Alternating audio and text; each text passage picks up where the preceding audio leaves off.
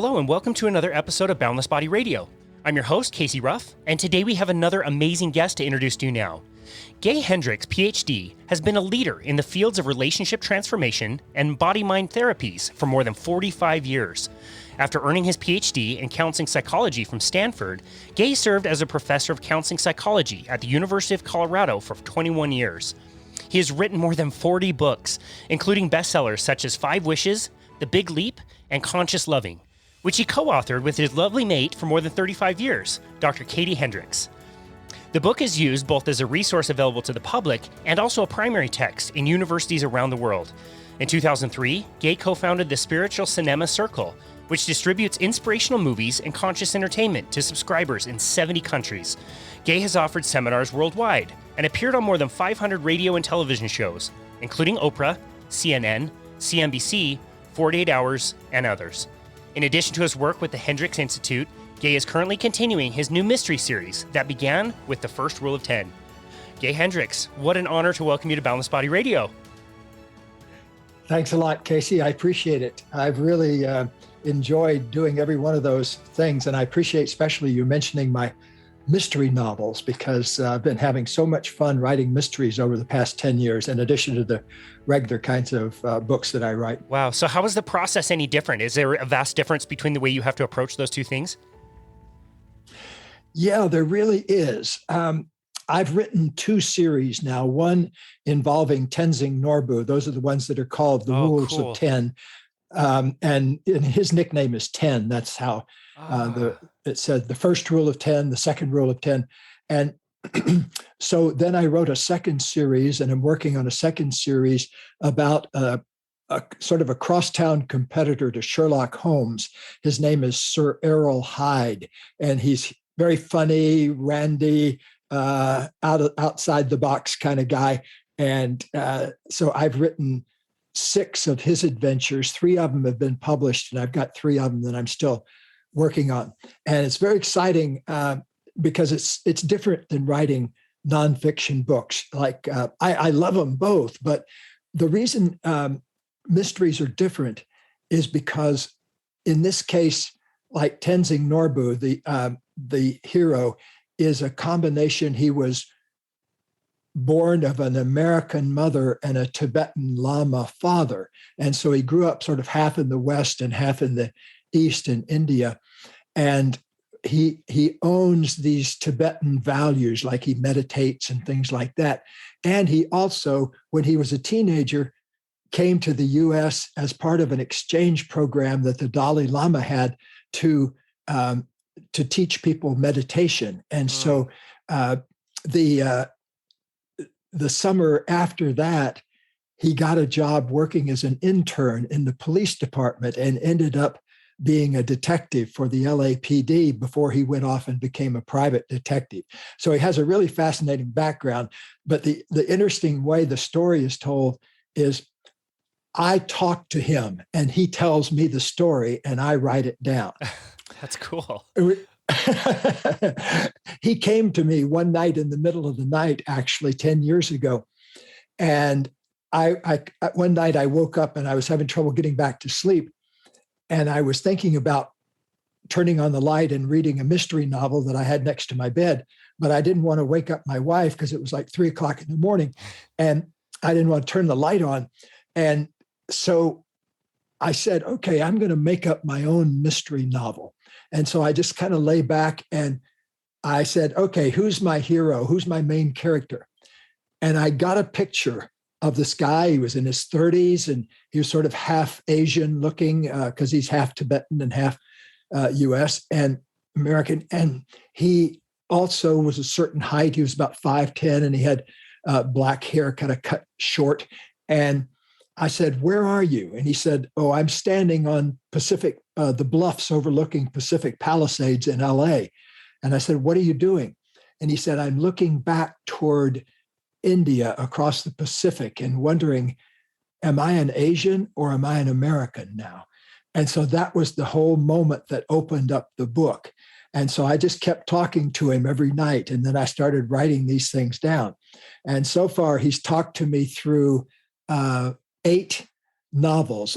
A couple of them haven't been published yet. So And also, we've got a hot nibble from a producer here over the last couple of weeks who wants to turn them into a television series. So we're very excited about that. Wow, that's amazing. What a cool and interesting creative process. Do you have to write these things down like the second you wake up? No, I have a really good memory. Wow. And so now I don't even bother to have him come to me at night. He just comes to me whenever I want to write and then tells me what to say. And I know I'm doing it, I know I'm writing it, but it's to me, it's kind of a pleasure having him tell the story to me, because then it's exciting to me because I don't know what's going to happen next. Wow. It sounds like the whole story is coming through you. That's really amazing. Thank you for sharing your process. That's quite cool. As we said in the intro, 40 books, man, you are prolific at putting out content in all different mediums. I've seen you in documentaries, and you host a podcast now, and all these books you've written, some with your wife. I want to talk about one that really stands out and it has really stood the test of time, which is The Big Leap. Can you tell us when that kind of concept came into your field of consciousness? The original concept came in way back somewhere in the 80s. And in fact, there's two big concepts in The Big Leap. Number one is the upper limit problem and how to deal with your own upper limit problem so you don't get stuck behind your limiting beliefs. So the upper limit problem. And then the second thing is the genius zone, how to get into what I called your zone of genius, which is that place in you that does what you most love to do and what you're most uniquely suited to do, and also what makes your biggest contribution to the world out there. And that, to me, is the sweet spot of your genius. So those ideas came to me back in the 80s, and maybe even earlier, maybe even back in the 70s. But I started noticing it first in myself, that I would have a good thing happen, and then I would often sabotage the good feeling. Like I was trying to lose some weight, and I would do just fine, eating really great food and exercising for 3 days, and I'd lose 2 or 3 pounds. And then I'd sabotage it by, eating 2 peanut butter sandwiches before I went to bed at night or something like that, which is not a slimming thing to do. And so I caught on to this first in myself. And so I was working with a bunch of really bright business executives at the time from different Silicon Valley companies. And I would notice the same thing in them. They would have a big breakthrough at work and get a lot of attaboys or attagirls. And then they would go home that night and create a big uproar with their family and knock out all the good feeling they had accumulated all day. Wow. Or sometimes it'd be the other way around. Things would be going great at home, and then they'd have a gigantic mess up at work. And so in one case, there was a man I was working with his marriage, and their marriage had been really stuck for a while. And so they got a breakthrough happened as our work proceeded. And so they got to a place where they were really flourishing again.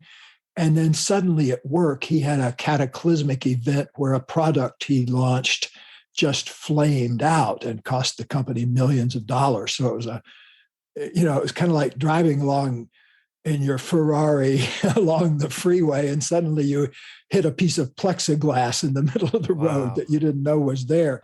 And so that was a great example for me that just locked in this idea of the upper limit problem. And so I started working with that and helping people overcome their upper limit problem. And to do that, I had to kind of look under the hood and find out what was really causing it. And a lot of the book, The Big Leap, is about showing how there are these fundamental fears that are underneath that causes us to sabotage ourselves. And a lot of the book is about how to deal with those fears. And if I may tell a couple of quick practical things about that while we're on the subject. One of the most important things that any human can do in their evolution is make friends with their fear instead of resisting it or trying to block it out. Because if you will look under the hood, so to speak, and underneath what's underneath the upper limit problem, you'll see that it's based on things like fears that so many people have. Like one of them is the fear of outshining other people. So we start having more success, and then an old childhood program kicks in that says, oh, don't be too much, don't be the tall poppy, don't stand out, don't steal attention from others. And so then we shut ourselves back down again. So that's one of the big fears. Another big fear is that we start having more success, and it stirs up an old fear of, I don't deserve this. I don't deserve the good things of life. I'm fundamentally flawed in some way. So that's a fear that a lot of people have, even though they might be famous and successful. I've worked with movie stars and Grammy winners and all sorts of folks that you would think would be on top of the world, but they drag along with them a feeling that they fundamentally don't deserve it for one reason or the other. And it's almost all based on, childhood stuff that we don't have any control over, that we're still kind of hanging on to years later. So the big leap is about how to undo the upper limit problem so that you can soar free and not be caught up in your old limiting programs. The second thing the big leap is about how to get into your genius zone, how to start small, but then work up to being in your genius zone all the time. And speaking personally, I started with maybe spending 10% of my time in my genius zone back in the 80s. And by the end of the century, though, I had gotten up to spending virtually 100% of my time in my genius zone. So it takes some dedication. I don't say it takes work. It just takes some dedication and commitment because it's fun all along the way, because the more you get out from under your upper limits, the more good times you have, the more money you make, the more success you have. And so it comes along with good things happening. So it's naturally rewarding. So there's nothing to fear there when you start looking into, what are the fears underneath my limiting beliefs, because they'd be there anyway. There's nothing in, being aware of them doesn't change them in any way. In fact, it makes them often go away. One of the big delusions in life, Casey, is that a lot of people think there's one faucet called pleasure and one faucet called pain, and they try to open up the pleasure faucet and try to squeeze down the pain faucet. But it doesn't work that way, because there's only one faucet, and it has awareness written on it. And so you turn that up, and to be more aware of yourself, oftentimes you need to be aware of deep old ways you hold yourself back. But the payoff there is the more you own those and the more you kind of breathe into them and welcome them into yourself, the more you have success out there in the real world. So that's the beautiful payoff for this act of kind of owning more of yourself. Wow. Yeah, that's so well explained. I love that. We just hosted Mike Kavanagh. He's an author who writes about finding your life purpose. And I asked him a similar question that, like, how do you know whether whatever you're doing at the time is leading you down the path of what you were supposed to be doing with your life, or whether it's just a waste of time and you need to outsource that to somebody else? He said the same thing. It's a fear. So it's like using fear as a signpost that you're actually on track and that's where you need to be. Is that the way you look at it? Absolutely. And practically speaking, in writing a book, that takes a long-term commitment. It might take me 6 months or a year sometimes to write a book. And along the way, like every other author, I think, that's ever existed, you hit speed bumps and you hit places where you get stuck. In fact, Stephen King says you don't really get to be a writer until you look at a blank page and say, I have no effing idea what to write. And like every book I've ever written, I'll get to a place maybe a half or 2/3 of the way through it where I say, oh no, there is no way I can finish this thing. I don't have the skills to do what I need to do to finish this. And then, after living in that horrible space for a day or two, suddenly I open up and it starts to flow again. But I think unless you're hitting spots like that in your life, you're not taking on big enough projects. So if you insightful. take on the big, if you take on the big projects, you're going to initiate big resistance. And then what grows you as a human being is dealing with that resistance and getting beyond it. I love that. Yeah, one of my favorite books, The War of Art, talks a lot about the resistance and talks about the difference between an amateur and a professional. And a professional writer, like Stephen King, like you said, looks at that blank page and says, I'm going to put words on this page. I don't know what's going to come out, but I'm just going to put some words down. And then once you show, the universe or whatever you want to call it, that you're ready to put work into something that maybe scares the hell out of you a little bit, you start to receive inspiration and help. And it's almost like you said, you kind of become a little bit like unstuck, or the flow starts to come back. Is that how you understand it? Yes, that's exactly it. And it's a sacred thing in a way, because I think if you take on the profession of writing, especially the kind of writing I do, where I want to really write from my heart, I don't want a single word there that has any BS to it. And so, and the same thing with my fiction too. I want it to be from the heart, and I want it, of course, to entertain. And so the intention to do that is one thing, but there's always going to be that stuck place. And it's like, I don't know if you've ever seen or practiced martial arts, where even if you're a little kid and you're practicing martial arts, the teacher will tell you to bow to the mat before you step onto it when you first come in for training. And I've done that when I studied Aikido lots of times, that you're trained to come up to the mat and bow to it before you start training, because you're bowing to the tradition and to all the 1,000 million hours of people who have stepped onto mats like that and challenged themselves. I saw a theater event once that moved me deeply, which was Christopher Plummer did a one-man show. And at the end of it, he got this huge standing ovation. It was on Broadway, so there's probably 1,000 people in the audience. And he took the applause. He bowed to the audience, and then he walked off stage as the applause was continuing, and he turned around and bowed to the stage. And the place just exploded. It took everything into another dimension, because it was this one tiny little movement that said, I appreciate you applauding me, but let's realize what this really is. This is a tradition that makes us human. And it was all in this little bow he did. And I'll tell you, I not only was on my feet yelling my head off, but it made me burst into tears. Wow. But Casey, to me, that's the reverence that we need to give to our art if you're going to be a writer. But not everybody's a writer. Some people make a good soup, but it's the same process. I say your genius is whatever has the capacity to surprise you, to engage you with what you're most suited to do, but also can surprise you. Like I watch my wife make a soup, and she's a genius cook in addition to a genius writer. And she will at the last minute, all of a sudden, think of a spice she's never used before and drop a tiny bit in.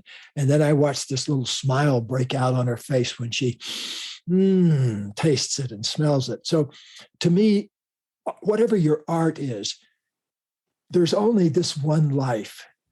And let's put everything we've got on the table. Let's not leave anything behind.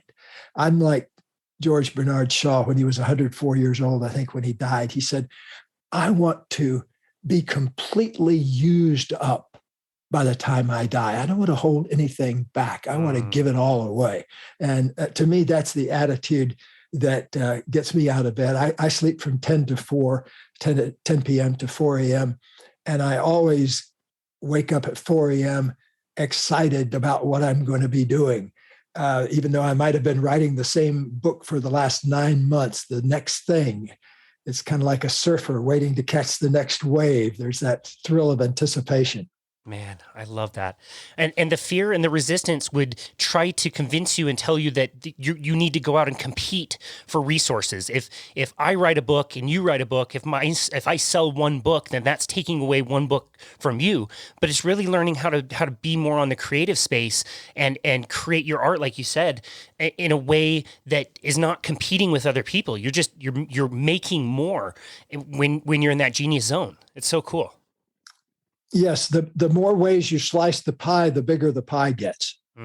Yeah, I love that. I would love if you could explain to the listener the 4 different zones so we can kind of put it in a context and help us separate out like, okay, should I spend my time washing dishes or should I spend my time writing books?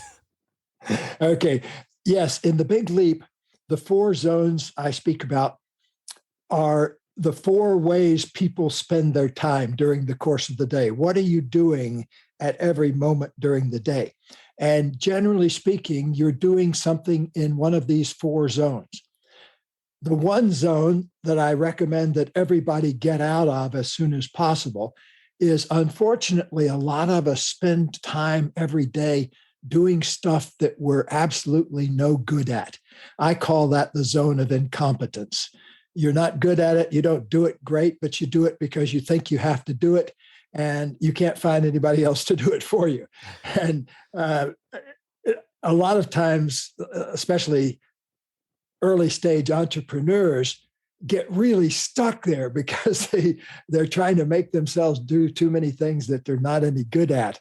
And so a visionary person might try to make themselves into a manager or a clerical person just because you think you have to do it. But my suggestion is get out of that as soon as possible.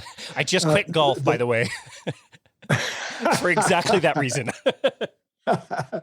Oh man, golf! Don't get me started. I'm a golfer myself. That's how prosperous, prominent elder gentlemen whose lives are perfect take on a project to torture themselves with until the end of their days, until they can no longer stand upright. It's a good walk spoiled. Yeah, I love golf. In fact, that's one of the reasons I bought my house over here in Ojai, because I can ride over to the Ojai Valley and golf course every day and play golf on my bike, which I do just about every day. That's great. Yeah. Wow.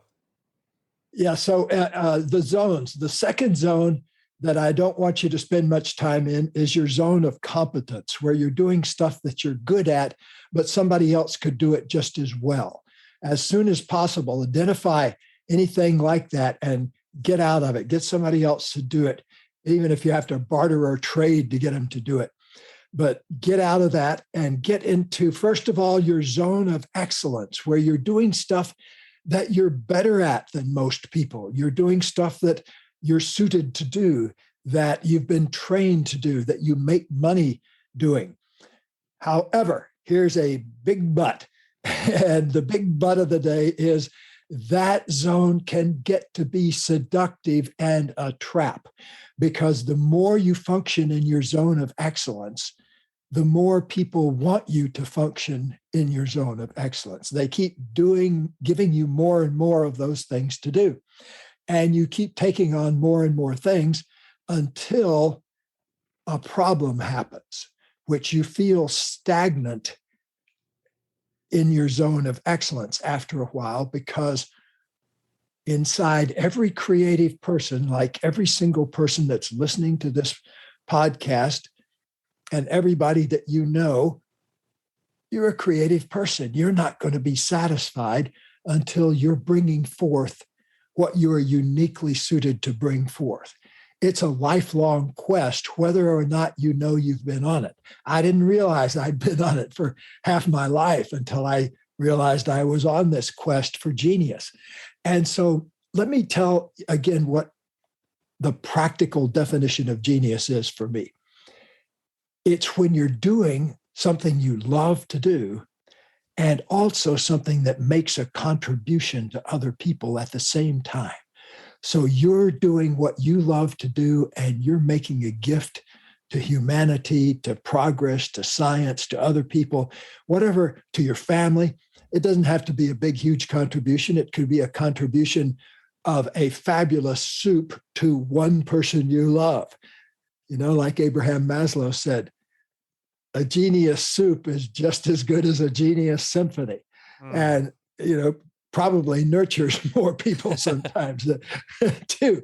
But the point I'm making is inside all of us, I think, that are beginning to awaken, whatever stage of awakening we're in, there's this part of ourselves that's never going to be satisfied until we're really doing what we uniquely love to do. And we're feeling satisfied about the contribution of it too. Nice thing to know is that a lot of times that brings plenty of money with it too. I've been absolutely blown away as I've applied these principles to myself and my own family, how we've gotten wildly more prosperous and abundant than any of us ever imagined we could possibly be. And in a way, we've done it all without really focusing on the financial aspect of it. We get good advice and have good investments and all that kind of stuff, but neither Katie and I are financial geniuses, or actually neither of us are particularly interested in that particular subject. We tend to live, we have one house we love, and we have one car we love, one electric car that we love, and we both have nice bicycles. But beyond that, I have no desire to have, I used to have at one point 4 houses, in a business building and that kind of stuff. And then as I awoken more and more to what was important in life, I started getting rid of all those things. And, one of the happiest days of my life was, the 2 happy days was the day I got my Rolls Royce and the day I unloaded it on the next poor sucker. I love that. Yeah, no, that's amazing. What is the term? It's like, I want to say it's Taoist, but it's like the beginning of your life is expanding and the end of your life is like detracting. Like you gain knowledge and possessions and all kinds of accumulations to the point where there comes a time when you want to share your wisdom. You want to give things away. You want to downsize, things like that. That's really true. And in fact, through our nonprofit foundation, the Foundation for Conscious Living, we have a number of people that contribute to that in addition to ourselves every year. So we always have a chunk of money to give away to people for scholarships or to make a movie with, or to, oh gosh, it always blows me away every year what people make proposals for. But it gives me so much satisfaction to see other people being able to make their dreams come true, because all of my dreams have come true times 10, times 1,000, times 1,000,000. And I find that very satisfying. And also what really just tickles me now at this stage of the game is somebody send me a movie that they made using our foundation money, or send me a new piece of research that they've done that will help children in some way. Those kind of things are so absolutely satisfying to me that I can't think of any possession I've ever had that brings that kind of satisfaction to it. Wow. Yeah, that's absolutely amazing. I love that. I want to talk a little bit about your new book, Genius Zone. In what ways did you kind of expound on the concept that you introduced with The Big Leap? Yes, it's a sequel to The Big Leap in the following way. The Big Leap came out around 2009, I think. So it's been out a dozen or so years. And it's a unique book in my experience because it sells more every year since it came out. And even our very popular books like Conscious Loving, thanks to Oprah, that have been bestsellers over the years, even those don't going to go on a steady upward chart. If you get on Oprah, there's this giant spike and then it sort of dwindles off over the next 10 or 20 years. But with The Big Leap, every year since it's been out, it keeps selling more and more, which I'm so grateful for the word of mouth about that, because one entrepreneur tells another person. Or just the other day, I got an invite from England that said they had bought 160 copies or 260 copies of my book. And would I come on for a little thing and have a thank you thing with their book club? So things like that really turned me on and appeal to me at this stage of the game. So I still enjoy the numbers game, but now it's more the contribution that really appeals to me. I love also helping people awaken. To me, I got here through a series of awakenings, thanks to the gift of sometimes other people in my life, or the gift of coming across some money that allowed me to make a trip, or, writing a bestseller, providing financial security. So I didn't have to think about money anymore. Those kind of events were very significant in my life. So I always like to live in a space of gratitude for the gifts that have come along, because I think if we do that, if you wake up every day and awaken every day from a place of gratitude, that sends a gratitude message to the universe that your door is wide open for more things to be grateful for. And so that's how you get to live in a continuous upward spiral. So my upward spiral continued in the years since The Big Leap came out, and I discovered a couple more things that I just had to put in there. And so rather than writing an updated version of The Big Leap, I expressed it first through a little document I called The Joy of Genius, and then I expanded that into this new book called The Genius Zone. So it has two big things in it that are not in The Big Leap. Number one, it shows you how to recognize what I call genius moments.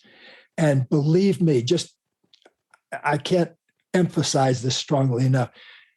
I get dozens of genius moments every day, where if we make a certain move, we can catapult immediately into our genius zone. We can slip effortlessly into our genius zone without any drama. And I want you to read the book and devote a couple of hours of your life to really going through the steps and the processes. But let me describe them briefly now. So, perhaps with a taste of them, you begin to experiment with them. Genius moments come, oddly enough, when you're feeling stuck. Like if you're feeling stuck in a relationship, you don't know exactly what to do. There's some tension there, but you don't know exactly what to do. Or let's say you're stuck on a creative project. You're procrastinating, maybe. You can't figure out how to engage with it. In my view, those are not moments to turn away from, Casey. They're moments to widen and open your awareness, to turn on that awareness faucet even bigger. Wow. Because in those moments, if you can not resist, if you can open up and say, okay, what's this trying to teach me? Let me let go of control for a moment so I can just feel some freedom around this. So just letting go of control, even though you don't know what you're letting go of control of.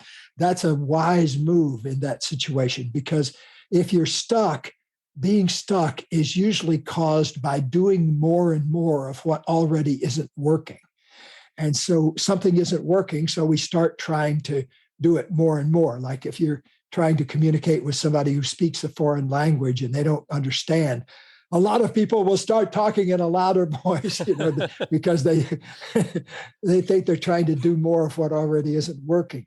So first of all, when those genius moments occur, let go of controlling whatever you think you've been trying to control. And in that letting go of control, you open up a space of freedom where the genius is more able to flow through you. Your genius cannot flow through you when you're hanging on tight and trying to control things that you have no control over. Like if you're trying to control what people think of you or what the other person thinks of you, or you're trying to control your weight, whatever it is you think you've been trying to control, what gets us stuck is trying to control something that we have absolutely no control over. So become a keen student of those moments. Don't resist them. Throw yourself wide open when you get stuck. Ask yourself, what am I controlling here that's not within my power to control? Do those things, and you keep opening up more and more of that space of freedom inside yourself. Wow. Man, I'm just like full body chills. That's such an interesting and cool way to think about it. What other signs, I know we've talked about a few, but what other signs tell us that we are in our genius zone and can continue to proceed down a certain path? Yes. Well, first of all, let me compliment you on the excellence of the question, because there are 3 or 4 other practical ways you can tell. So, of course, I've mentioned the one about the feeling that you have inside of doing what you most love to do. That's something that's priceless and something that I want you to feel more and more of and want you to live in that space so you wake up into that every day.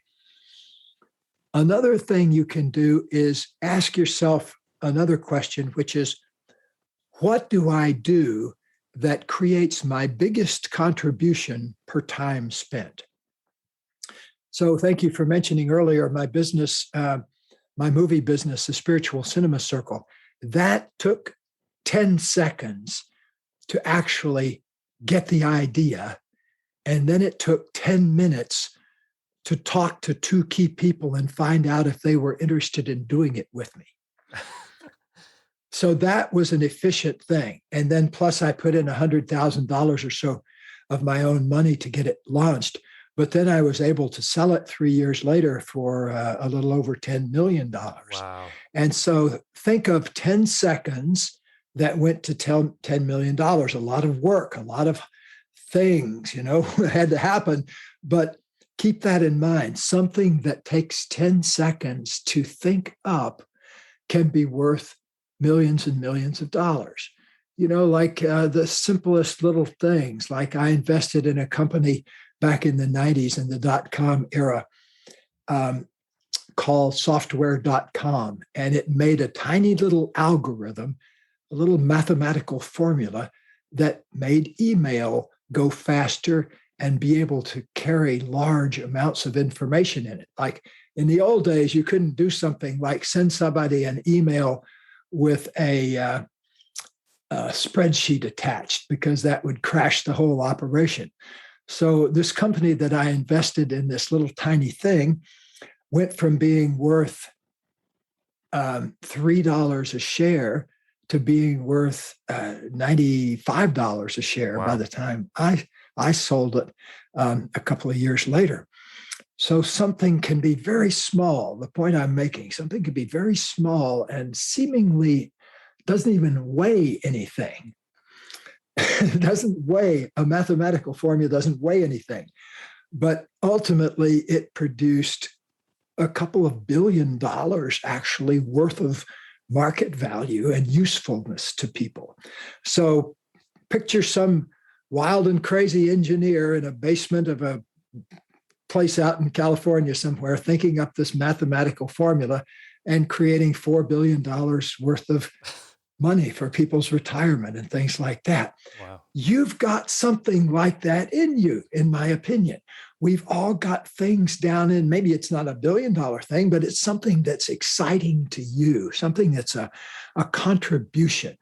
And, in the book somewhere, in the new book, The Genius Zone, there's a quote I took from one of the apocryphal Gospels, one of the books that didn't make it into the official Bible, but that has some really cool stuff in it. And one of these sayings is, if you bring forth what is within you will save you. If you do not bring forth what is within you, what is within you can destroy you. And I've seen, I've saw my first therapy client in 1968. So what's that, 53 years ago. And I'm seeing my next one in just a little while. So in that experience, I've seen, 25,000 or so people right now.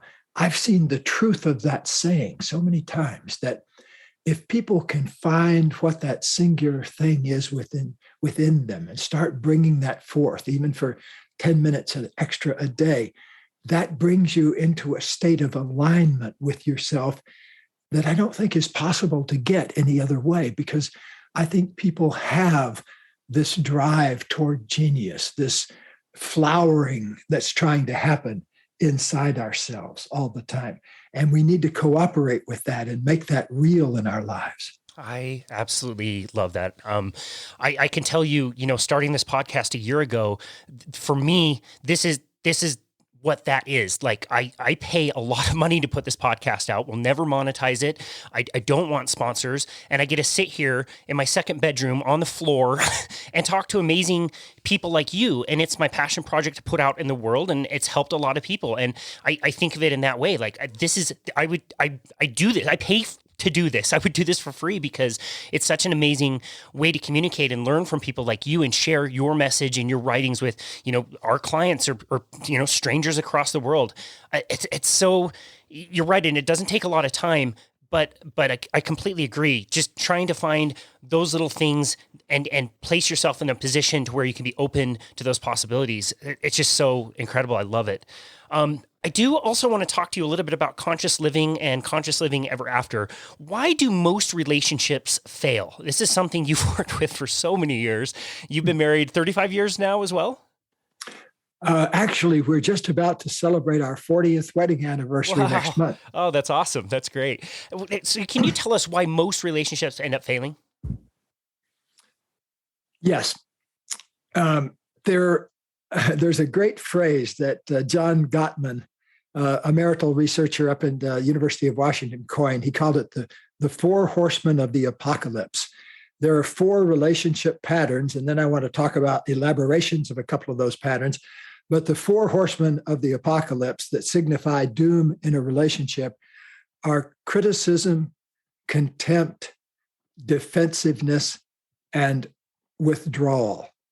In other words, contempt, the feeling of contempt where you kind of curl your lip at something.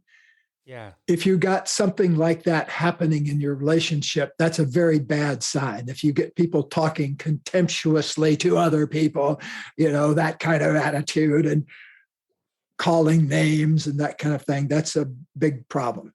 A second big problem is chronic criticism.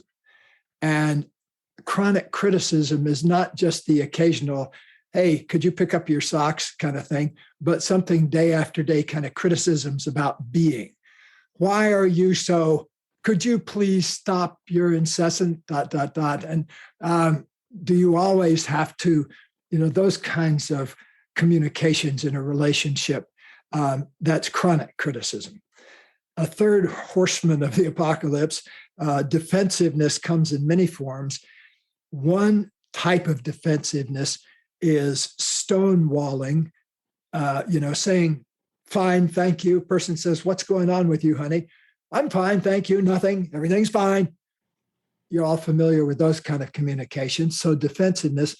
And the last one is withdrawal, sulking, walking out the door, taking yourself out of the situation. Now, let me elaborate on what's underneath a couple of those. When people leave relationships and take a survey about why did you leave, there are several things that come up. One is, I was never able to figure out if he or she was telling the truth to me. In other words, the chronic lack of truth telling. So lack of transparency, lack of emotional transparency. If somebody says, how are you? And you feel sad, you say, well, I feel sad. And if they say, how are you? You don't say, thank you, fine. If it's somebody that you are close to, you say, I'm feeling scared, or I'm feeling angry, or I'm feeling happy. So you're transparent, you're emotionally transparent. If there's something that you feel sad about, if there's something you feel scared about, if you're happy, if you're delighted. So lack of transparency is what people say cost them the relationship. A second thing, when people leave a relationship, they feel a lack of appreciation. They don't feel like the other person appreciated them. That's why I think there are books, like, what's it called, about the 5 love languages? Yeah. It's kind of like, I can't remember the name of it exactly, but it has 5 love languages. Yeah, maybe it's escaping me too. I've read that. It's really good. Yeah, but it has 5 different ways people like to be appreciated. That's, to me, a very useful idea. I've taught that for years because some people like to be appreciated physically, some like verbally. There's all sorts of different ways. But lack of appreciation is why many people, is what costs many people's relationship. A third thing is habitual victimhood. People say, I just got tired all the time of being blamed for everything. I got tired of the other person always having to be the victim and me having to be the persecutor. And so a lot of people, I got tired of it always being my fault, would be another way to put it. And I've had, I don't know how many hundreds, probably thousands of versions of that I've heard in relationship counseling over the years. So let's flip that around, though, to what's the positive thing. Number one, be emotionally transparent. Be sure to be transparent. Get good at speaking honestly about how you actually feel. Number two, get good at claiming responsibility when things come up instead of running for the victim position or treating other people as the victim. Insist on other people and yourself each taking 100% responsibility. And if you take 100% responsibility for stuff that comes up and you let other people have the space to take 100% responsibility, relationships can flourish. But if neither one of you take 100% responsibility, you get into a power drama about whose fault it is. Wow. You mentioned, the criticism and appreciation. You recommend a specific ratio of criticisms to appreciations, which I really love. Can you tell us a little bit about that? Yes. Well, the original research, again, by John Gottman's team up at the University of Washington, is that there's a 5-to-1 ratio in healthy relationships of appreciation to any kind of negative thing you say. So for every, hey, can you pick up your socks? Deliver 5 appreciations like, wow, thank you for cooking dinner tonight. It was delicious. Or thank you for picking up Kevin from hockey practice today. He really loves that time in the car with you coming home. Simple things like that. Verbal appreciations don't have to take more than 10 seconds to deliver. I say the best appreciations can be delivered in one out breath. So take a breath and just tell the person what you appreciate about them. So 5-to-1 is the minimum. And Katie and I started out doing our 5-to-1 back when we read that research back in the 80s, I think it was. And now we probably do 500-to-1 because once you get appreciating the other person, you don't ever want to kind of sully the water with something. So we've lived in our house here for 21 years, something like that now. And neither one of us have ever said a critical word to the other in this house. Wow. So it's possible to go from doing a lot of criticism of each other. When we started 40 years ago, we jabbered at each other all the time and bickered and all that. And then we decided one day we wanted to make our relationship a blame-free, criticism-free zone. And so we put ourselves on a blame and criticism diet, and it took us some years to completely eliminate it. But, for at least the past 20, 25 years, that we haven't said a critical word to the other. And instead, we've written 10 books together and gone around the world 30 sometimes teaching our seminars. And that's amazing. Created a big community of a couple of million people around the world that like to talk about these kind of ideas. Wow, I love that. One of the books you wrote together, the one I mentioned earlier, Conscious Loving Ever After, which you offer a chapter for free on your website, which is incredibly generous of you, has a lot of really great information. I hear oftentimes, communication is so important in a relationship, and that's about where that conversation kind of stops. And I don't think enough people talk about practical ways. How are we going to talk? When are we going to talk? What are we going to talk about? And you address a lot of that stuff with your 2 by 10-minute conversations during the week, having 2 separate 10-minute conversations. You break down exactly what to talk about, how you're going to approach it, what kind of position you have physically relative to each other, which I think is really important. Can you tell us a little bit about that? 2 times during the week to set aside would be one for what we call a heart talk and one for what we call a stuff talk. And we recommend setting aside at least 10 minutes, but you could be longer, but set aside a particular period of time for it and put it in your calendar every week. it solves a problem that a lot of couples don't even realize they have. A lot of couples mess up the flow of intimacy between them by bringing up stuff at a time when there's a flow of heart connection. Stuff meaning, oh, honey, we got to get the upstairs toilet fixed. Or, oh, did you remember to pick up the ... from the store today? And then, oh, no, I forgot to do that. Oh, how could you forget? It leads into all these things that interrupt the flow of loving connection. And so all it takes is one of those to kind of mess up the flow. And then a lot of people don't know how to get the flow established again. So we recommend making a list and just leaving out a little list on a table or a counter about things to talk about at the next stuff talk and things to talk about at the next heart talk. Okay, like a heart talk might be vacation, where we want to go on vacation. Okay, that's a heart thing. Whereas a stuff thing might be who's going to call the travel agent. Okay, so there may be overlap between things that's a heart talk and things that's a stuff talk. But what you don't want to do is interrupt the flow of heart connection by bringing up stuff. Okay, and there's a tendency to do that. Like where we caught on to this, we were counseling a couple, and during this time we were counseling, there was a big blow up where he decided he was out of the relationship. He was through. And this happened at a time when we weren't seeing them, where he was away on a business trip for a month or so. But then they came back in after he came back from the business trip. And here's what made him say, I'm out of this relationship. He had made some new decisions about recommitting to the relationship while he was away.